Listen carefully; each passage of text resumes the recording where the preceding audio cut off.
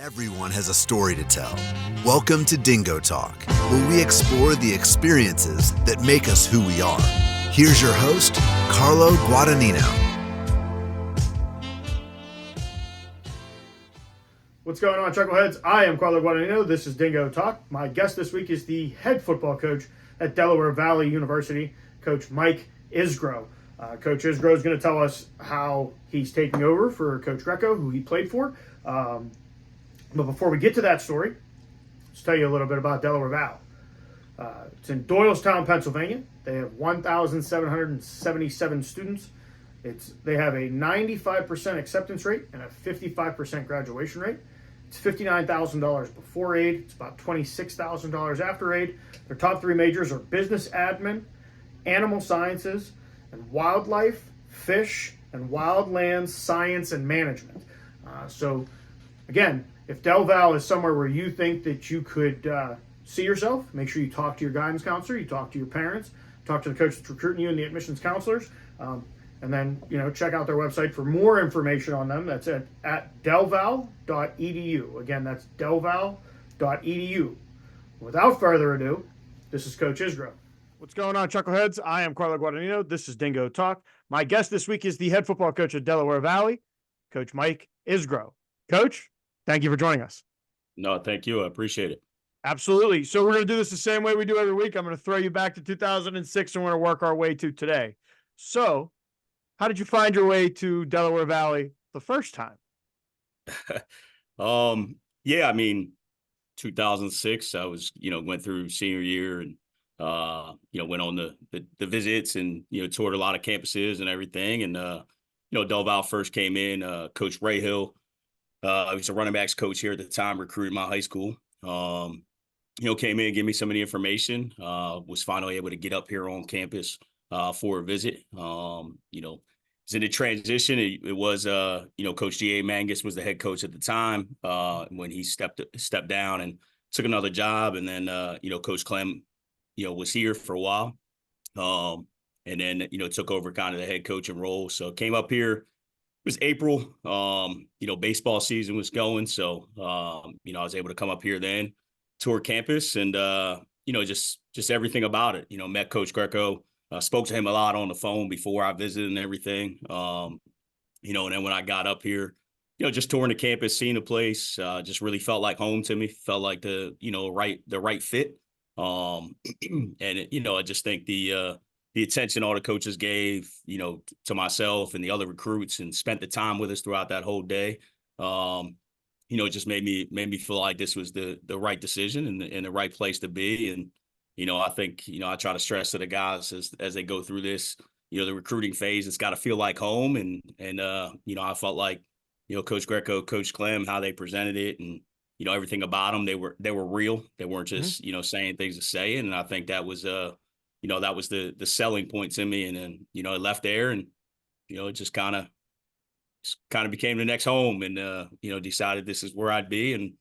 And here I am back. So it all kind of worked out. So after your 4 years, why the decision to go to high school and coach at the high school level from 2011 to 2015 over at Cedar Creek? And I think you may have coached a guy that I met at Bethany. His name at the time would have been Matt Conover. He's now Matt May. Yes, I did. I did coach Matt. Yeah, small world. I think when I graduated, I graduated from here with a business education degree. So, got to, try to get the teacher cert and did all that stuff and try to get back into, wanted to always coach. I felt like the easiest way to do that was to teach and coach. I had a lot of great coaches, influence me throughout my life. And, I felt like that was something I always wanted to do. And it kept me around the game. It was an opportunity for me to, my high school coach was then the principal and, kind of got me on board to coach baseball there. And, one of my high school coaches was, starting Cedar Creek, his football program his first year and, called me and my best friend who graduated the same year and, got us back. We both went into teaching and we ended up, being on his staff and we were, fortunate enough for that. And, the whole coaching thing and, teaching, like I said, I wanted to always coach. Mm-hmm. My father was a coach, big inspiration to me, coaching and just how he's always done it. And, that's always been a big part of me. And, and I was fortunate enough, I feel like that I had some really good coaches throughout my life that have impacted me, as a person, I feel like, as a player. And I feel like that's my duty now to try to impact guys, and help them, each and every day, whether it's, on the field, off the field, in life situations, things like that. I just feel like that's, I enjoy doing it. And I was fortunate enough to go back there to Cedar Creek. It was a great place, still is a great place. That's, where I'm from. Now I didn't go to Cedar Creek, but in that district. Yeah. So it's, I knew a lot of people in the area. And I was, able to coach baseball and coach football. And that was a lot of fun to me. And then, that's kind of how I got into it. And then the teaching thing, I was working in class support for a little bit. And then, just, it was great. Coach Greco called me a couple times, when I was down there and, to come back and coach, as assistant. And then he got the job the first time. And I just didn't know if that's 100% what I wanted to do. And then, he called me the third time and I was like, all right, I definitely want to do this. And, that's kind of what brought me back here is my relationship with Coach Greco. And, we've always stayed in contact. And, even when I graduated, he'd come down and watch us, when we were playing at Cedar Creek, and he would recruit and, that stuff. So that was always, always a good time. So. Now, correct me if I'm wrong, but DelVal has had a pretty successful run over from your time as a player to where we are now. Was there anything else that brought you back to DelVal as to coach, or was it really just that next opportunity of, this is what I want to do? Why not go back under Coach Greco and do it at DelVal? Yeah, I think when I graduated, the more I got into coaching and, I always thought about, maybe coaching at the next level and doing that. And I think, just all my conversations with Coach Greco, just that it was the right time. I was, still young on that side of it and, wasn't married with kids. So he'd always tell me it's a lot easier to get into this, before that. And it's just kind of, DelVal's meant a lot to me. And that's, kind of why I've been here this long, went to school here. Didn't think I'd be sitting here, as the head coach now. It all kind of happened pretty quickly, but I think, obviously the legacy that DelVal football has, I feel like, it started to turn probably back like 2002, quarterback Adam Knobloch, one of the best to play Division III. His year and Coach Mangus kind of turned DelVal over, and we've been fortunate enough since that time to continue this and continue to bring in the right guys that kind of fit DelVal and what it's about. But yeah, I think just the relationship with Coach Greco, obviously the winning culture of it, but my relationship with Coach Greco and just, him always staying in touch with me and even, be recruiting me to then getting me here and our relationship as a player coach, and then coming back up here and being fortunate enough to be on his staff and learn so much from him. It's kind of that relationship, I guess, is kind of what got me here. And then can we talk about the process? And because you said it kind of happened pretty fast. I know there were a lot of people on Twitter that were very shocked when all the moving pieces started happening this off season. So how did that all transpire, and why was this the right step for you moving up into the big seat?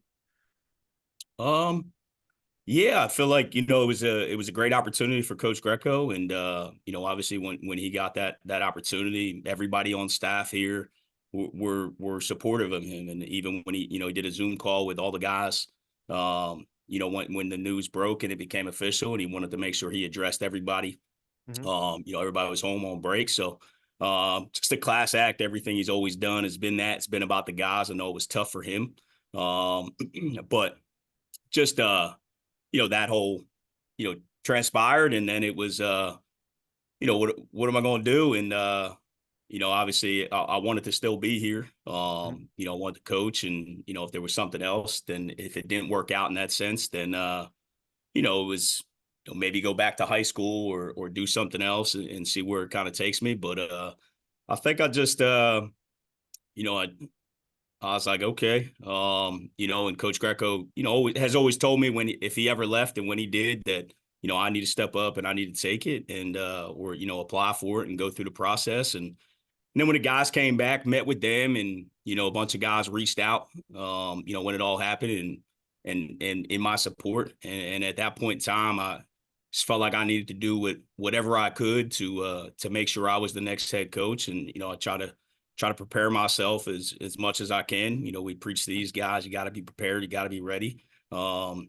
So spent a lot of time putting everything together, and, obviously the coaches here that are on staff that stayed, helped me through it all. And we just kind of, until the interview process and everything, we just kind of buckled down and carried on business as usual.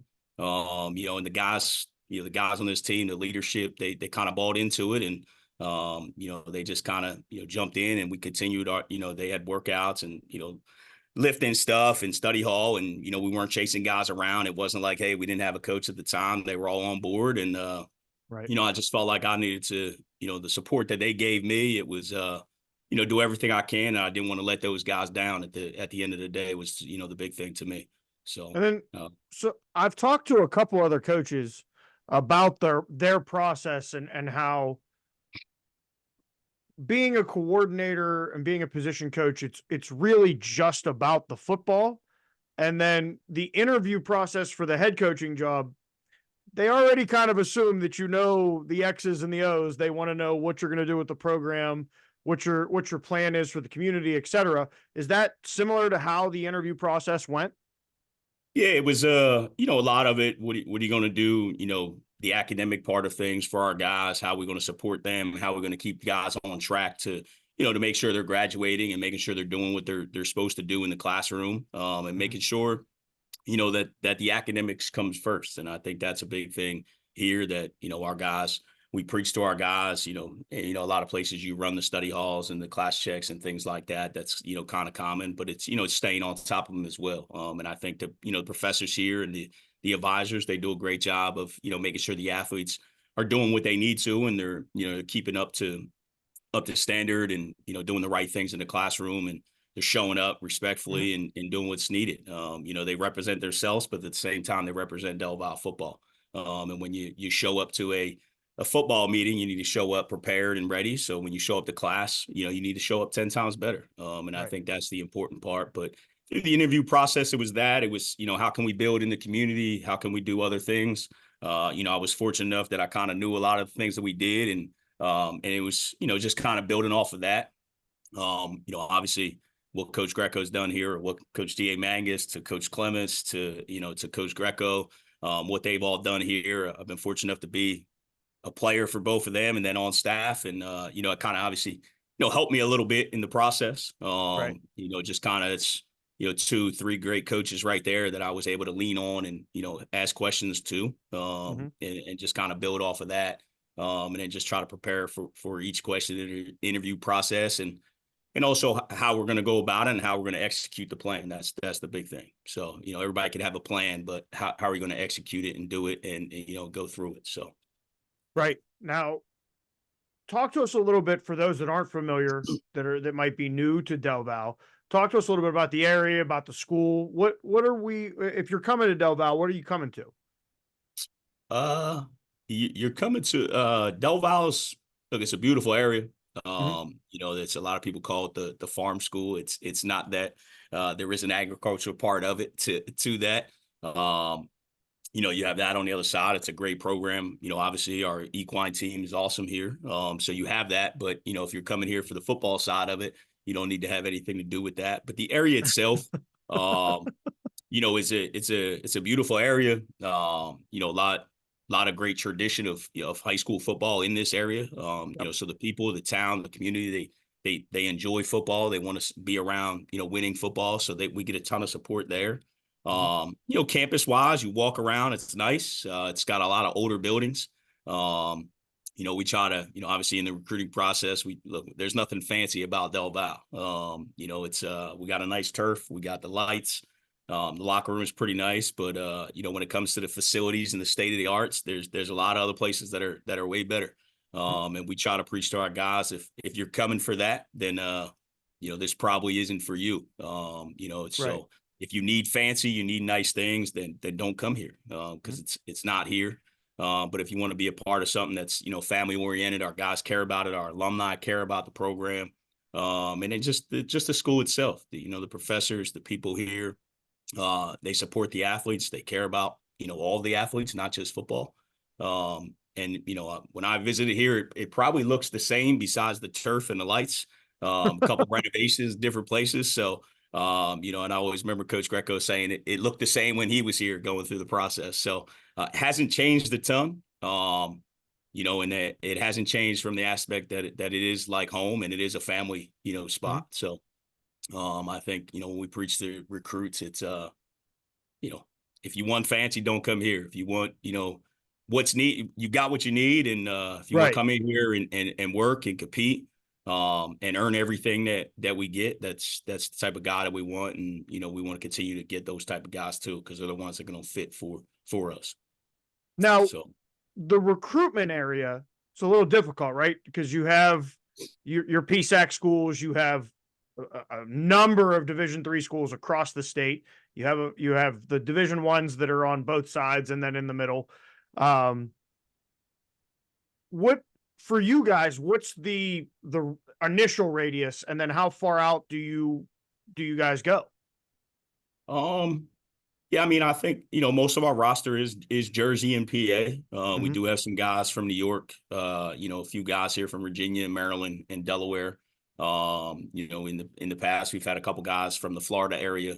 You get some guys, different spots, different locations. For us, I think the big thing is being, kind of where we're located. You could get to Jersey in 40 minutes. You can get to Center City in 40. You could, get to, different spots pretty quickly. And then, with us, another big attraction is we have a train station directly behind the football field. So you can hop on a train and get to Center City in about 45 minutes. And, from there, a lot of our guys will use that to get where they need to. So I think, a lot of our guys that we pull, we get into Jersey. We get those being a private school, package wise, things like that. You could, you could compete with some of those Jersey schools. But yeah, there is a lot of schools, from the Division III to the PSACs to some, Division I's. But I think, just location and, the tradition here is kind of what draws a lot of our, recruits here. Yeah, I mean, I just think just area wise, we're not in the middle of nowhere. There's a lot going on, for our guys to, whether it's off campus or on campus, there's, just things to do. You got downtown Doylestown. So it's a nice little area. So Coach, I want to talk a little bit about the 2023 season, 9-2 overall, 9-0 in the conference. Looking through the game recaps and whatnot, if you guys scored 3 touchdowns, it seemed like for most of the season, that was all that was needed. That was all that was.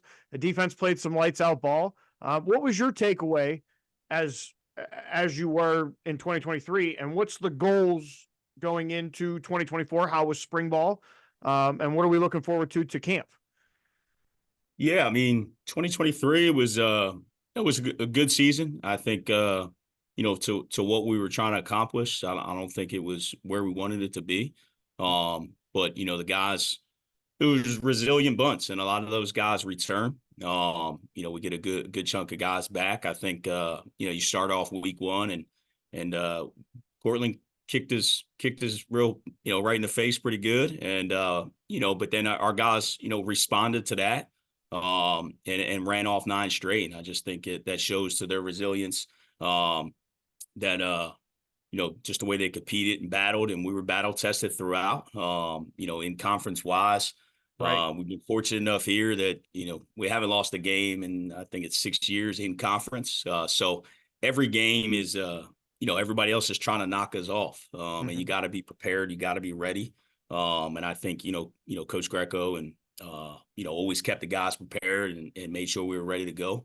So that was good conference wise. Won some games late, but guys, they found a way to get it done, when it mattered. And then, the first round of playoff, you came out and, did some good stuff, and, we didn't execute some things, and we, made some mistakes. Players, coaches, all of us, you're in it together. Hats off to them. They got it done. And, and then since that point, I think our guys just, wanted to get back to work. And then the whole transition here, obviously. And like I mentioned, just the kind of leadership that we have, the older guys here that are all back. It's just, didn't miss a beat. They were just, hey, let's go. I think spring ball was great. It was a great opportunity. Obviously, defensively, bringing a new coach there, defense coordinator, Coach Neal is, familiar with our conference, been around for a while, so that's great there. And then obviously offensively, what we've done there is kind of do some different things. But at the same time, Coach Greco has been very successful, so you're not going to reinvent the wheel when it comes to some of that stuff. It's just kind of build off of it. I always try. Look, I'm not Coach Greco, but at the same time, what he's done is pretty remarkable. So just kind of build off of that, and just keep trying to get better. And I think our guys throughout the spring here did a great job of that. They worked. The big thing is just competing and control what we could control. And I think that was the message to our guys. Right away, once this all happened and, that it opened up and it was out to everybody and a bunch of people applied for it is, look, I'm going to, control what we can control, control getting here every day, work hard, do what we need to execute. The plan and the vision it stays the same. You're trying to, obviously you got to take care of, week one non-conference, then you get into conference games. And it's a good conference. So we, you got to be ready every single game and, be ready to compete, and everybody's out to get you still. You still have that target on your back. Who's going to, beat DelVal to end that streak. So there is pressure, but I think, pressure brings out the best of everybody. If there wasn't pressure, why do it? And I think our guys are prepared for that. They, home now throughout the summer, and then they'll come back in August and, we'll compete and we'll get after it. Short can't, but just the way, classes start and everything. But again, that goes back to, that's out of our control. It is what it is. Go just compete, get better, be ready. And then, goals for us, obviously, win the conference, compete there, play at a high level, and then give ourselves an opportunity to compete in the playoffs and hopefully, compete for a national championship, and I think that's the big thing. Yes, we have older guys.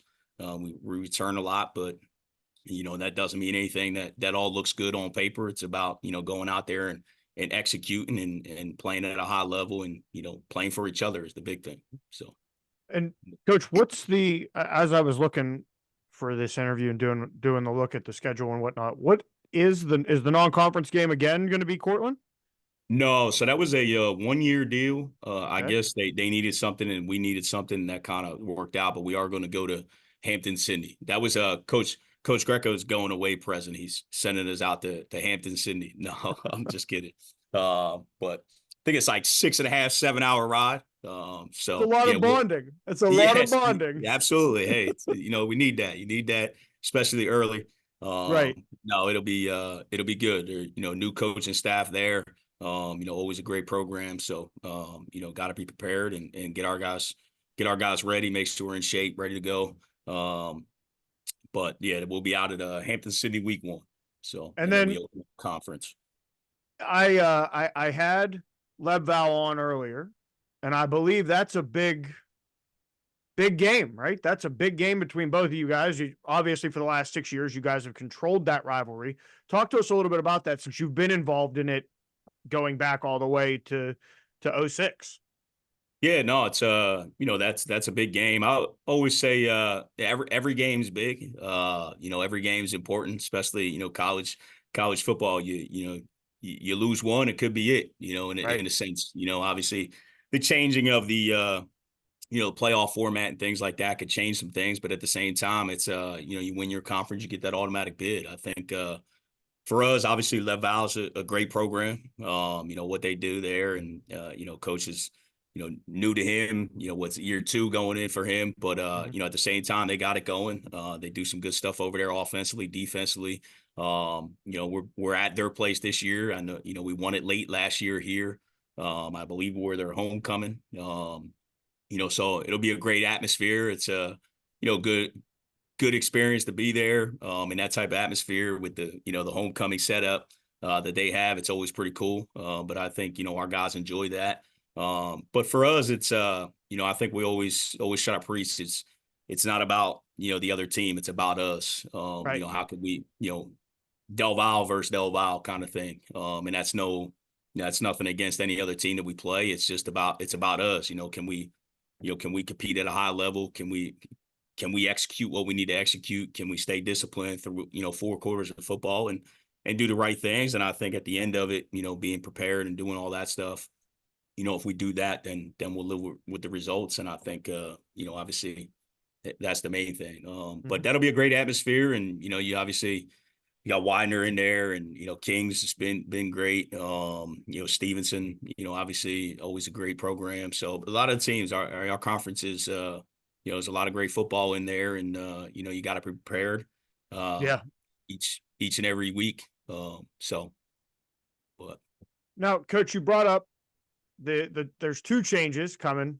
Well, there's more than 2 changes. There's 2 big changes that everybody's been talking about coming in 2024. First, playoff expansion. We're going from 32 to 40. I think that alleviates a lot of the worry with the conferences. The more conferences that get automatic qualifiers, we were running out of at-large bids. But like you said, and a lot of the coaches I've talked to, their feelings are, win your conference, you don't worry about the at-large bid at all. Do you think that the 40 is a good place to be? Was it overdue to expand, or did we maybe jump the gun on this? No, I think the expansion's good. I think we'll see how it all kind of works out. Always, it's always tough. You get a team that's 9-1 and they lost their game, lost their conference game by a field goal or an overtime and things like that, and they don't get that opportunity. And then you get the other side of it. Well, just win your conference and then you're good. And right. you get that automatic bid, which I get that side of it too. So I think the expansion will be good. I think 2019, I believe, North Central, when they won it all, we played out there in Chicago, and they were they were one of those at-large teams and went on to win it all. So I think there's a lot of good football outside of sometimes the playoff when you get a team that's 9-1. But or even like an 8-2, they lost a non-conference game and then lose a conference game. Right. But you have those situations. Now it'll be expanded, and you get to the 40, and I think it'll be just kind of like the Division I, and you were at 4, and then they wanted to, hey, it needs to be 6 because these teams, and then you need. Now we're 8 or 12 they're at 12, so, and then maybe 13 might get in. We don't know. I mean, and a lot of people get into that. It's, well, if you can't be in the top 12, then what's the difference?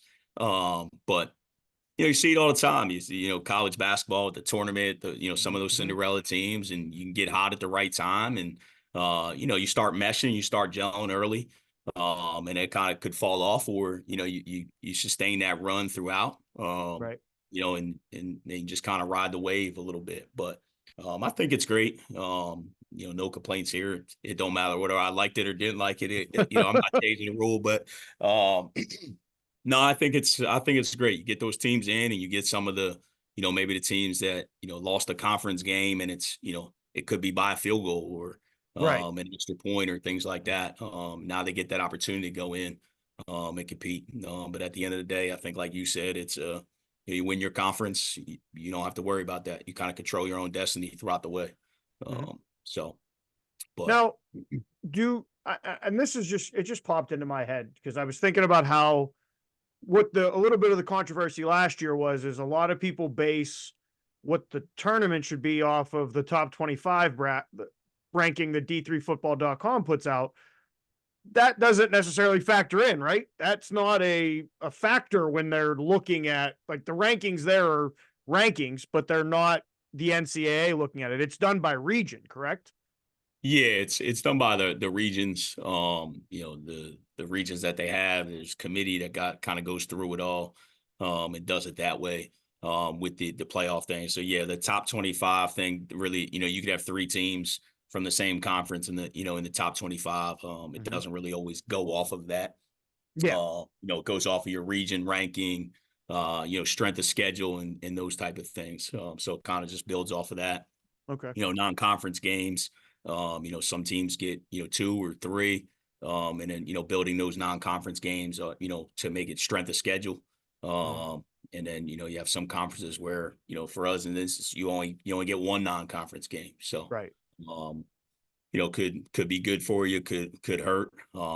If you get, 2 teams that, maybe one that doesn't have a loss and then one that has 1 loss in conference and 1 a non-conference game, that could benefit you as well. So you get to that 9-1 point. So, right. But I think it all kind of goes off of the strength of schedule and then the regional rankings. And then the other big addition coming to the sidelines in 2024 is the ability to have up to 18 iPads per team. I've gotten mixed emotions. Some people are, technology's coming. It trickles down from the Division I level and it works its way down to Division III. Some people are, I don't really like it. I think it gives somebody an advantage or an advantage versus a disadvantage. Where do you fall on it? Are you guys using it? Is the conference going forward with using them this season, or is it a wait and see kind of thing? Yeah, I mean, it's all, just makes us smaller schools got to spend a lot more money you probably don't have in your budget. But, it is what it is. It's, if somebody's got all 18 and has that many coaches that could operate the iPad, I think that's great for them. I know at DelVal we won't have 18 guys on the iPad, but no, I think obviously the technology part of it, the game's evolving. You're getting different things to it. It's not a bad thing. I also think, at the Division III, you don't have, if Alabama's playing Georgia, there's commercial timeouts, there's things like that, the TV timeouts through it all. So you have a little bit more time to look into that film. I think, for us, at our level, you don't get that. So, you could go out there on offense and, put together a long drive. And now, your defensive coaches have an opportunity to look maybe at 4 or 5 plays, or vice versa. We're offense is sitting down and, you go 3 and out and now you're back on the field. So you didn't get an opportunity to really look at that. I think, the opportunity at halftime to look at some things and go back to maybe, hey, this is, we might have missed that, or coach up in the box, maybe be able to, look through some things. But I don't think on the field, you're going to have a bunch of your guys looking at, 5, 6, 10 clips throughout a series. It's just not going to happen. You don't have enough time or probably enough coaches to kind of, get that all set up. But I do think, for us as a conference, we did vote on it that we will go with it. We will get, the replay thing, however that's going to work. And, with the sideline, the iPads, it's, basically left it as a conference, as many iPads you could afford, you could get kind of thing. So if you could afford 18 and have 18 coaches to manage it, then go ahead. If you're going to get, 4 or 5, then you could do that as well. So our conference is going to go with it. So then it's, just got to figure it out, how it all works, who's going to run it all. And so we have a couple calls in that we'll set up in August to kind of get a, trial run. And then, we've never used it, for practice or anything like that. So we will set it up probably a couple practices throughout camp and then use it for a scrimmage, just to kind of, get a couple trial runs before, you use it week 1. So, Now, the last question that I have for you before we get into the 5, is, and this is a question I've asked every coach, what's the significance of Division III and Division III football? It's a good question. No, I think, it's just just because it's Division III doesn't mean it's not quality football. There's a lot of great Division III football players that, maybe didn't get an opportunity, or maybe, in high school wasn't the star, or didn't have the size that, somebody else did. And they go on and be, a great college football player, just because maybe they weren't the biggest guy or, offers and things like that. You see a lot of it now, especially with the portal and, some of the high school guys being affected from, maybe some higher up offers and things like that. You see a lot more guys, I think, going the prep school route, thinking, maybe get another extra year. I think, Division III football, it's not far off from, Division II in some aspects and certain areas and things like that. It's a lot of great football. And it's an opportunity, really, you get another opportunity to play 4 more years of football.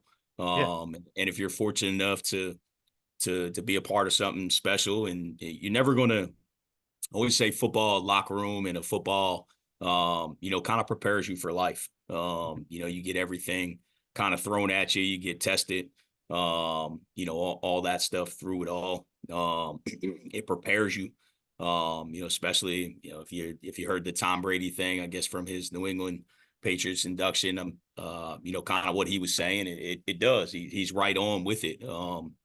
But I think just the Division III, you got a lot of great atmospheres. It's a lot of great football, and it's an opportunity still to play football, play the game you love. And if you might end up at a smaller school, and we try to tell the guys too, if you want social from that aspect, then you need to go to a bigger school. But Right. I think at the end of the day, college is what you make of it. And if you want to be on a football team and compete, play at a high level, and get an opportunity, I think college Division III football is, not far off from some other levels. And, we've been fortunate enough here at DelVal, has some guys get opportunities to play after college. And, I think this year there was six Division III guys get opportunities, I maybe think more we're than up that. to, we might Yeah, be I up think to there was 9 now. it might be more than that. Get opportunities to, whether they're invited to a camp or playing in an arena league or XFL, things like that, CFL. So just kind of goes to proving that, it's a lot of good football. And I think if you get that opportunity, you cherish that, because it's only going to last so long. You get When it's gone, it's gone. when it's gone, it's gone. You revert back to coaching and talking about those days. That's about it. That's it. There's no strapping them back up. There's no, once the pads are put down, they're put down. That's the That's end it. of it. That's I it. mean, The men's 7-on-7 leagues, they're all gone. Especially somebody gets hurt. That's the fastest way out of those. yeah. So, All right, coach, if you could live anywhere in the world, where would it be and why?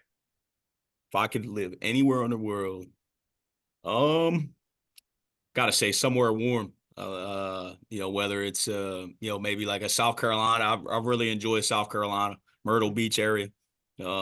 Maybe there. But yeah, probably that. Okay. So, Where, oh, sorry. What's the most important lesson you've learned over your career? what's that? Sorry, I didn't hear you there. What's the most important lesson that you've learned over your career?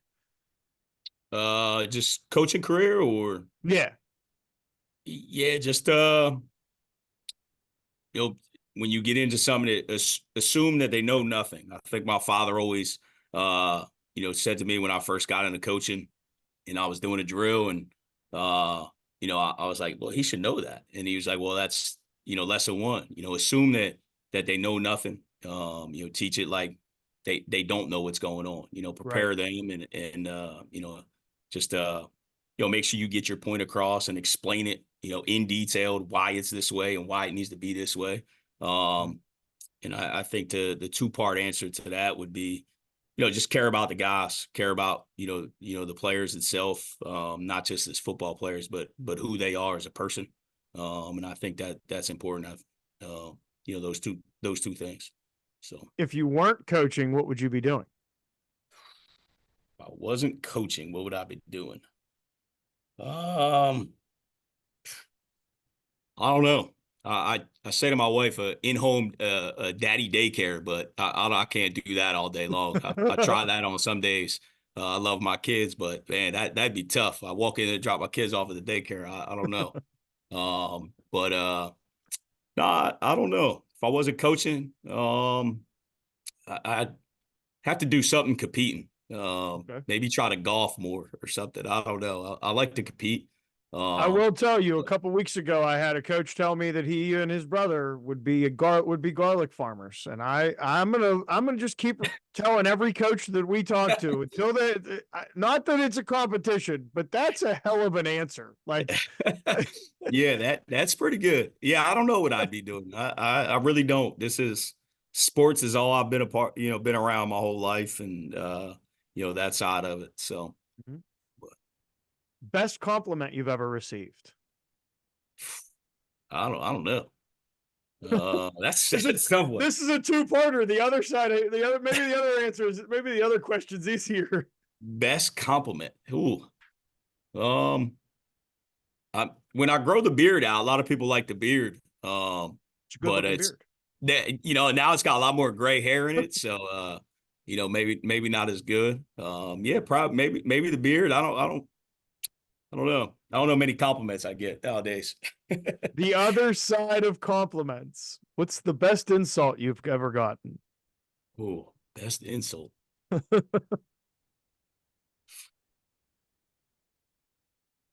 I don't know. It's insult.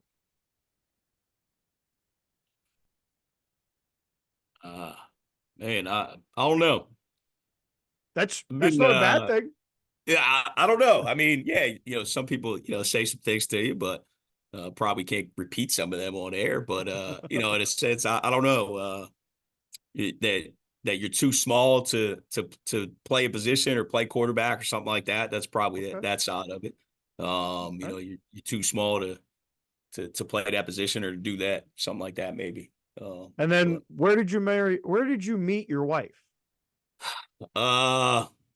So it's funny. My wife and I went to the same high school, graduated the same year, but we did not know each other in high school. I graduated. There was like 700 some kids in my senior class, so we didn't know each other. And she always tells me it's because she was in the AP and the honors classes, so that could probably be why. She's a nurse, but we actually met out at the bar. In our local town. I was out with my best friend and, a couple of my buddies and a bunch of guys I, went to high school with, went to a bar and played, beer pong or whatever. And we were there, and that's kind of where we met, and, been together, married for 5 years now, and, been together for quite a bit. So, well, but that's an awesome story. Yeah. That's an awesome story. Yeah. So graduated same year, everything. So what? All right, Coach, the last question we ask everybody, was there a question that you were expecting me to ask you? And if so, how would you have answered it? Was there a question I was expecting? No, I've kind of listened to, a lot of the, obviously follow what you do. And I've heard some of the other coaches on here. Some of these questions at the end, caught me off guard. I think sometimes I don't get to the full, but I guess maybe the compliment one, I guess, the compliment question. I don't think I've ever heard that one there, or I haven't got to that point in in some of the podcast stuff, but, well, I want to say thank you very much for taking the time. You never know. This year we're only, I guess I'm going to break news for everybody for a second. This year, we're going to 3 games. Next year, we're looking to go to 5 games. So you never know. You might get you might get an email from me that says, "Hey, can we come up and hang out with you guys for the day? Check out DelVal and the experience." So that's kind of what's on our horizon coming up. But I want to say thank you very much, especially as a parent, taking the time after work to talk to me. And for those of you sticking around, what comes next. We're going to get the video the coach sent us. So we'll be right back, Chuckleheads.